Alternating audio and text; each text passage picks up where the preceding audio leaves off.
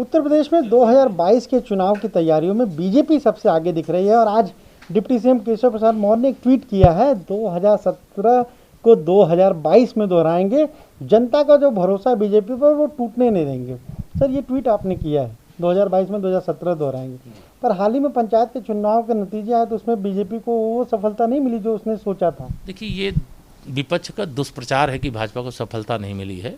जिसको सफलता मिली होगी वो जिला पंचायत के अध्यक्ष का चुनाव जीतेगा, जिसको सफलता मिली होगी वो क्षेत्र पंचायत अध्यक्ष का चुनाव जीतेगा। कोई पैमाना संयोग से बचा हुआ है, अन्यथा ये दुष्प्रचार को विधानसभा चुनाव तक ले जाते।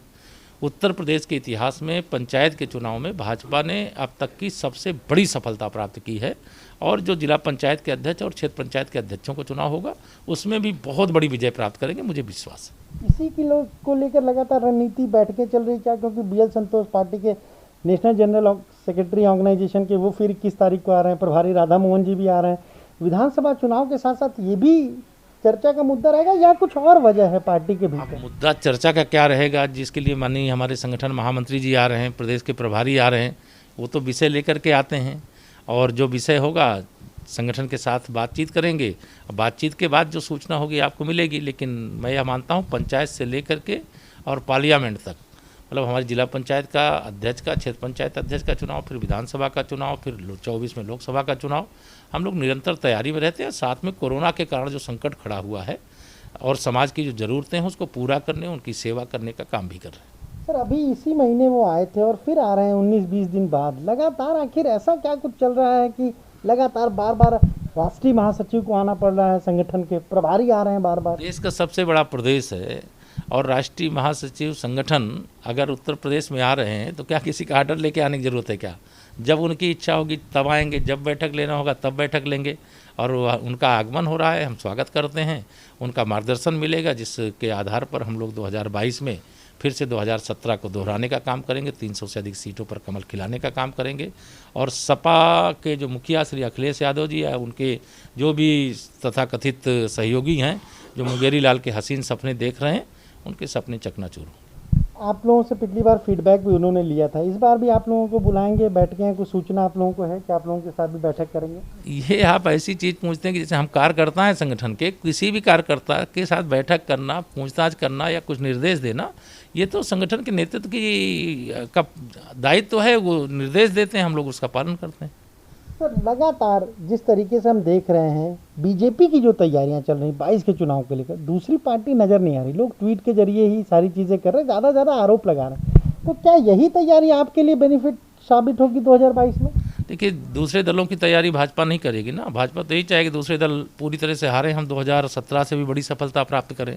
अगर वो तैयारी नहीं कर रहे हैं, वो ट्विटर छाप राजनीति कर रहे हैं, केवल समाज को भड़काने का, बरगलाने का काम कर रहे हैं, तो यह उनका अपना एजेंडा है। लेकिन हमारा एजेंडा है कि हम ज़मीन पर काम करते हैं, जनता के बीच में रहते हैं, संगठन लगातार सक्रिय रहता है और उसी के आधार पर हम लोग अपने कर्तव्य का पालन करते हैं। गाजियाबाद की घटना को लेकर विपक्ष ने सरकार को खूब घेरा, लेकिन जब उसमें सामने आई चीज़ें तो फिर ट्विटर के लोगों पे ही, ट्विटर पर ही FIR दर्ज हो गई है।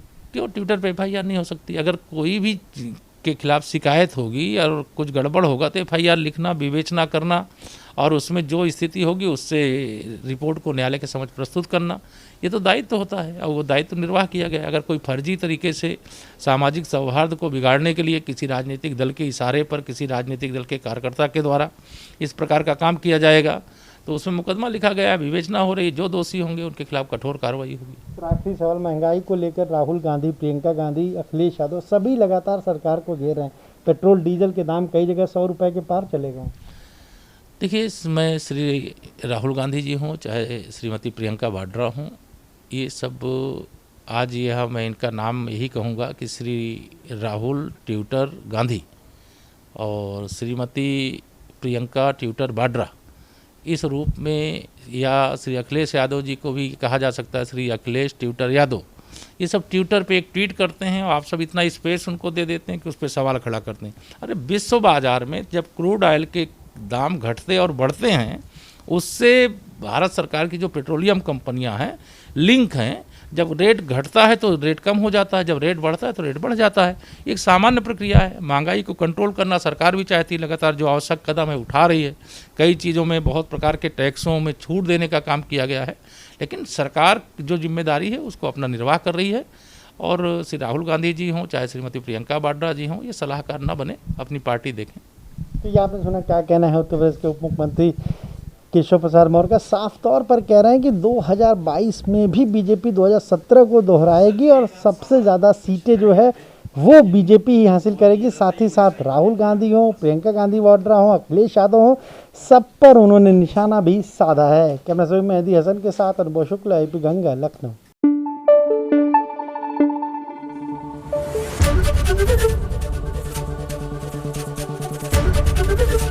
ABP गंगा, खबर आपकी, जुबान आपकी।